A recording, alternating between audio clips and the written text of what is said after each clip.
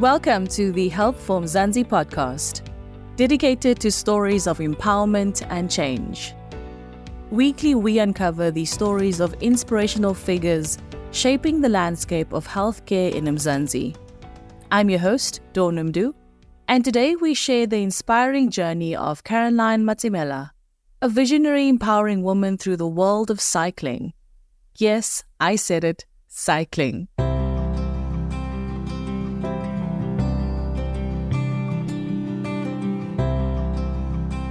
Caroline, the founder of Matsimela Ladies Clinic, is not just a coach, but a driving force for change.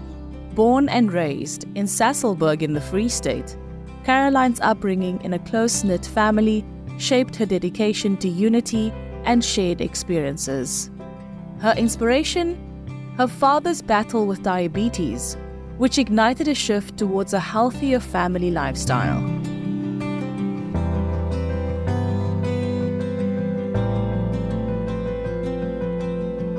Caroline's personal journey challenges stereotypes, aiming to normalize cycling for Black women and break body norms. Her aspiration to conquer the Cape Epic and expand the program beyond borders embodies her commitment to inclusivity and diversity in cycling.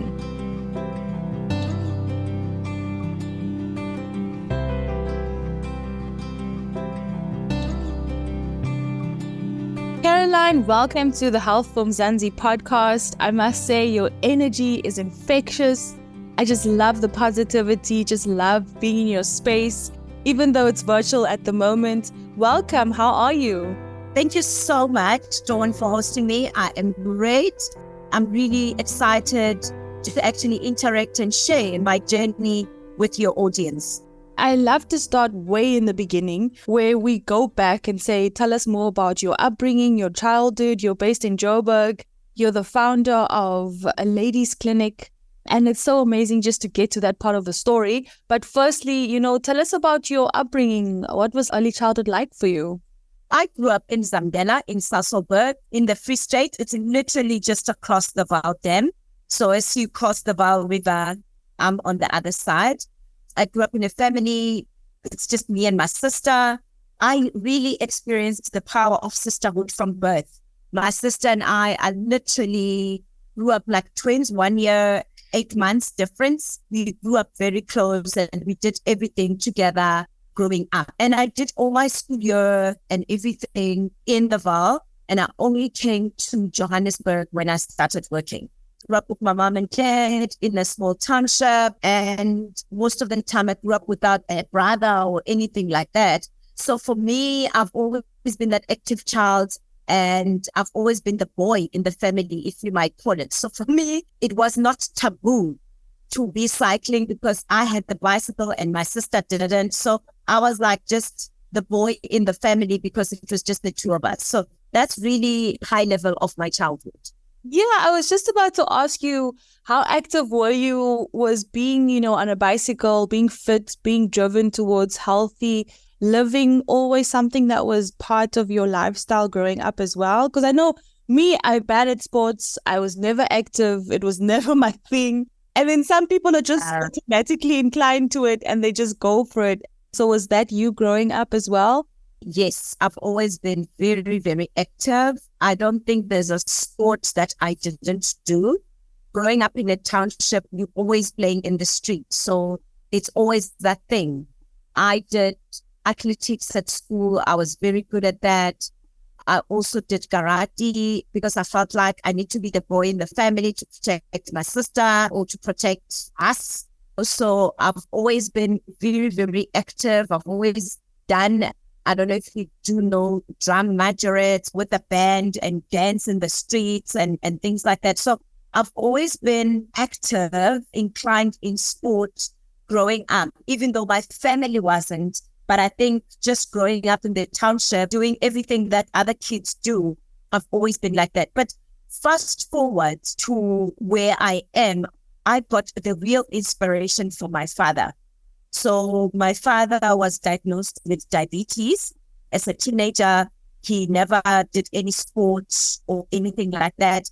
And he actually started running to lose the weight because he was told he's got 3 months to live. Growing up in a township, it was really just taboo to just start running. And I did that with him. So we started running just around the block together before going to school with my dad. And he never stopped. He completed his first comrades running 90 kilometers at the age of 60 years. That's amazing. Yeah. Shout out to your dad. I know. So growing up in that household, because of him being diagnosed with that, I mean, we had to learn about changing a lifestyle, a healthy lifestyle completely, from eating the right food, exercising, taking medication. We had to learn about those important fundamentals because of what he went through. And we were sort of forced to eat the same kind of food because then my mom wouldn't cook for us or herself and my dad. So we all will eat the same thing. Like I remember hating whole wheat bread. Even now I still do because that's all we had because it was important for the health and things like that. So that's where originally it comes from growing up. And I've seen how the lifestyle has changed the household or the whole lifestyle by just one person. It has impacted the whole entire family. It's almost completely full circle, the way you're describing where it started and where you are now and kind of where your passion lies with being the founder of Matsimela Ladies Clinic. Tell us more about that. Tell us more about this passion that you have and even just founding it in the beginning. Where did it all start for you? Let me take it a little bit backwards. So as a profession, I'm the talent manager and HR business partner. So I studied psychology. I studied human resources, how to help people in organization to grow or develop their talent. So that's where my passion comes from. So I'm very passionate about people development. And that's what I do, and that's what I get paid to do. I have a full-time job. Okay, I thought you were just out there living your best cycling life. No, I do have a full-time job, and that's what I do, and I love it. It's a passion. And in the midst of COVID, we were all going through a very, very difficult time in 2020. I just thought to myself, what can I do to help my community, help my friends, help everyone that's close to me to cope? And I actually looked at myself and I said, how am I coping? As much as it's tough for all of us, but clearly I'm surviving, and how am I doing this? And I remember I was literally cycling every single day in the midst of COVID, and you come back, your headspace is a little bit different. And that's how I was coping. And I thought to myself, okay, why can't everybody cycle? Maybe they'll be able to cope. But then the few friends that I was chatting to, because I also used to be a runner, they were saying to me, but Caroline, we want to do what you're doing, but we don't know how to do it. And I thought, okay, maybe I can teach you. I've got the time. Let me teach you if that will help you cope. And really, I started with 2 ladies that I used to run with, friends of mine, from 2 ladies in 2020. And I launched it in August because it was dedicated for women specifically. So I launched it in Women's Month. Today, we're sitting with over 180 ladies that are learning how to ride a bicycle and promoting a healthy lifestyle. Absolutely amazing. The growth and, what you've kind of done with it is really inspiring, Caroline. I can't say this enough. Sometimes you think of COVID and the time and we all went through, but a lot of creative things also came from it, where people really took inspiration to say, what can I do and be better and help to grow my community outside of myself and what I'm doing? How do I share more of what I enjoy with others around me? And I think you've really kind of put that beautifully together. And I'm so excited about Cape Town because that's where I'm based. And I would totally love to find out more about how one can honestly participate. How does it work? Let's get into the bit of the nitty-gritties of that, and then we can talk more about kind of some of the milestones that you think is kind of big. Even if it's like a woman that said something to you, felt different about joining, just a bit of that kind of success stories around it as well. To be honest with you, the ladies' stories is what is keeping me motivated and inspired every single day. Because yes, it's not easy sometimes where you have to balance your own health, your own life, being a mother, being a career woman, being a wife, and you still have to take care of other women. So sometimes it does become very difficult, but through the women's stories, the changing of lives that is happening, that's what keeps me motivated. So how does the program work? We start the program in Jan, and we literally start from the beginning. Like I start people who say to me, Caroline, I've never cycled ever in my life. I've never been even on a bicycle. I've been a couch potato, and I want to change that. That's where my passion really lies. And I teach them from how to change their gears, how to balance their bike, how to control, how to pedal, how to turn, how to drink water, remain hydrated while they are cycling, how to actually ride in a group, how to wear the correct gear. So we run that whole entire program from Jan to August. So it's literally 8 months. In that 8 months, yes, we repeat some of the sessions because these are women who are working and they always not available on a weekend. So some of the curriculum or sessions, we repeat them, how to change their tires, how to actually just ride safely. We cater for both mountain bike and road. So it doesn't really matter because it's more about enabling or empowering the ladies with the skills. When they complete this program in August, we literally celebrate. It becomes a huge, big celebration where they actually graduate, they get certificates. Now they are empowered to say, I actually now can cycle. When that happens is then they're now free to say, I want to come back the following year and pay it forward for other ladies, or I am now ready. I can now join a cycling club of my own. That is maybe close to me. That is maybe a little bit advanced. I want to now advance. So we cater for both type of women, and the women that actually come back and serve, that's where the growth is actually happening because they are able to take others along. We are 3 years in and we still have ladies that have started with us in 2020 and they keep paying it forward for the others. And that is the power of the community because they share their stories, they share their milestones, they share their fears, they share their experiences. And that way it becomes more achievable for the new ladies that join us. I'm really in love with the whole concept, how you've set it up, how you put it together.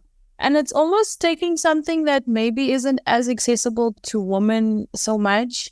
I don't know. For me, I always think of it as something that boys and men would do. I don't know if that's my own around it.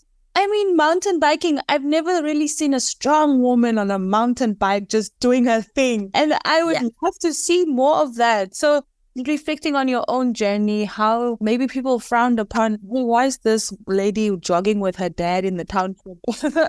And then kind of mindsets that people have around certain activities, whether it's all these activities, and kind of associating it with a certain kind of person, or certain kind of group.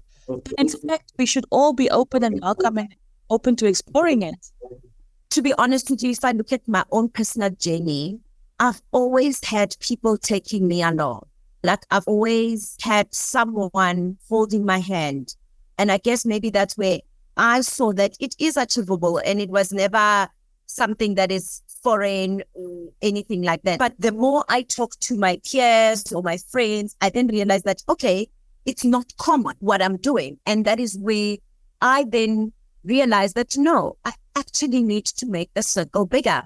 I need to break those barriers for other women who are maybe not in a fortunate position like me and actually challenge also the status quo to say it is normal, it is okay. And you can be an African woman with hips, with thighs, and still be able to ride a bike because those are some of the barriers that you need to look like this, you need to be like this. And these are the stigmas that we put to ourselves. The program is intentionally targeted as it doesn't matter your shape, size, background, where you actually come from, your location, you can do it. And that is the vision and the goal of Matsimela Ladies. I'm so happy my colleague found you and I was able to stalk you to your journey. Let's talk more about you. Let's talk more about the woman behind this drive and passion that you have to encourage people to take on these. I mean, it's a mental challenge to run the Comrades Marathon, to take on mountain biking. You have a dream of completing the Cape Epic one day. There's so many amazing things, on your path. Let's talk more about where you're at and where you would like to be going within the next few years, you personally and for this venture that you have as well. To be honest, I think I'm the most optimistic kind of person in my natural self with very much high energy. And I guess maybe that's why I've always done sports, because even growing up, my parents always said I was that energetic child. Like they would maybe sometime bath me and I would just jump. Like I would be just like that hyperactive. So I think that energy is something maybe that I was born with and then got channeled through sports. So when I got married, had my child, I stopped sort of all these activities and things like that. So I then focused on the family, like all of us women get told to do, and you sort of forget about yourself. Fast forward, I picked up so much weight. I never was able to lose the baby fat and lose the weight. And one day I woke up and I have to buy clothes because I'm going overseas for work. And I realized I'm size 40. Literally, I burst down to tears because I've never been that big ever in my life. And that is when I started deciding to change what I look like. And that's when I started running. So for me, running, even though I used to do it as a teenager, I then did it for weight loss now, because I knew that works. And because I knew that this thing works, I kept on sticking on with it. And I had a very supporting structure in terms of the community that I was running with, called Stallions. And I met people that looked like me in terms of weight, in terms of what they've done for themselves. I got inspired to work more. The next thing I know, I did my first Comrades, and then I did my second Comrades. But I knew deep down that I really liked the cycling because of just how it looked. They really looked so sexy and so fit, and I really wanted to look like them. But at the time, my goal was just to do 94.7. And after doing the running and doing all these Comrades and things, I believed that, okay, I can actually do this. And I was like, okay, where do I start? I was referred to Mandisa, who actually taught me how to ride a bike. And it was another woman. And I'm like, oh, okay, so there are people that look like me that can do this and they're willing to take me along. And the more you are in that circle, the more you meet other people that just keep on expanding you, and you end up doing all these things. As I'm training and doing this, I also met Sishe, another guy who said to me, Caroline, why don't you try mountain biking? And I thought to myself, oh no, why would I want to be dirty and all of that? And he's like, no, I'll teach you. And he took me along.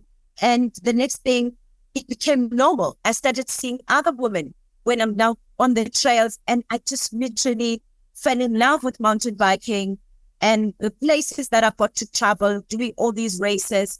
And the next thing, Absa Shianteng has a program for getting more women into mountain biking and doing Cape Epic. And the next thing I know, I'm part of this program. I'm now even a mentor. I've never done Epic myself, but I'm mentoring other women on their journey. And it is absolutely inspirational. And I think that way is how I also feel like, what can I do to take this back to my community because others have done this for me? So in July, I had an injury from the mountains. And I haven't been on a bike for 5 months, but that has kept me going because of the women that I'm teaching and the women that are teaching me as well. That's where I'm at. In Jan, I'll go back because I'm like 95% towards my healing and to be able to start all over again. I am sharing my journey all the time to say, this can happen to you. How do you then cope? How do you still get involved? How do you still keep engaged? By doing and giving more to others, you're actually giving to yourself. And I feel like that has happened to me on a personal level. especially this year where I've seen it through my own injury that I went through. And I wasn't able to ride, but I kept on teaching.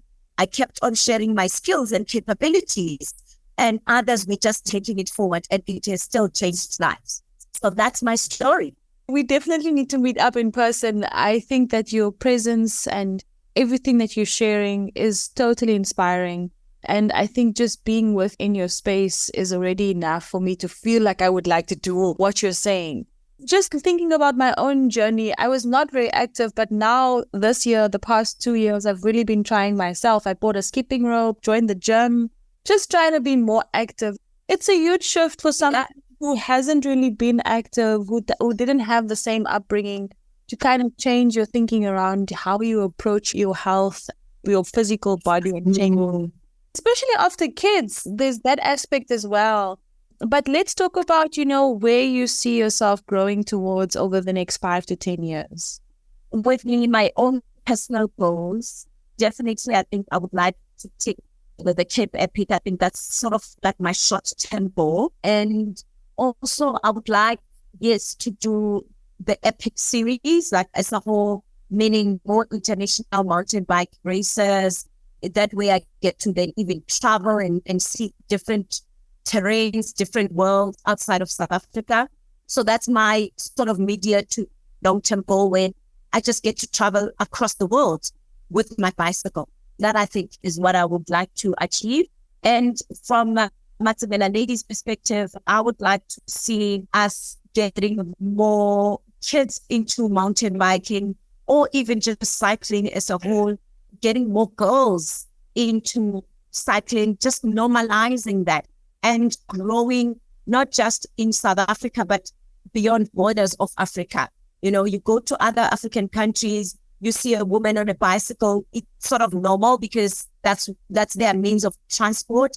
But how do we turn that into a sport, into a healthy lifestyle? So I dream of a time where we break all these barriers of only men can do this. And a bicycle is a means of transport. Sometimes my son goes to school with a bike because sometimes I cannot drive him, and it's a means of transport. Let's normalize that. Let's normalize. Yes, I know in South Africa there's still a huge issue of safety and things like that, but let's normalize the healthy lifestyle, and it doesn't have to be just on holidays or when we are sick, but when our kids are born, let them grow in the home of this healthy lifestyle. Definitely. And then just last and final words, what would you say to others who would be interested to come and join? How does that work? Do we follow you on social media? Tell us more. To Matsimela Ladies, our alumni that have graduated, that are doing wonderful things. Thank you so much, and keep going, keep inspiring us, share your stories with us, because those stories are changing lives. And I think for the new people that would like to join us, they need to look at our social media on Instagram, Matsimela Ladies, as well as on Facebook. That's where we currently are. We do our intake in November and December. Well, we've closed now for 2024 because our program runs from Jan. So what I would like to encourage the ladies is start saving money, because this sport is slightly expensive when you are starting. Start getting yourself a bike, start getting yourself a helmet, start buying the stuff and get yourself ready to start when our opening happens around October, November of the following year.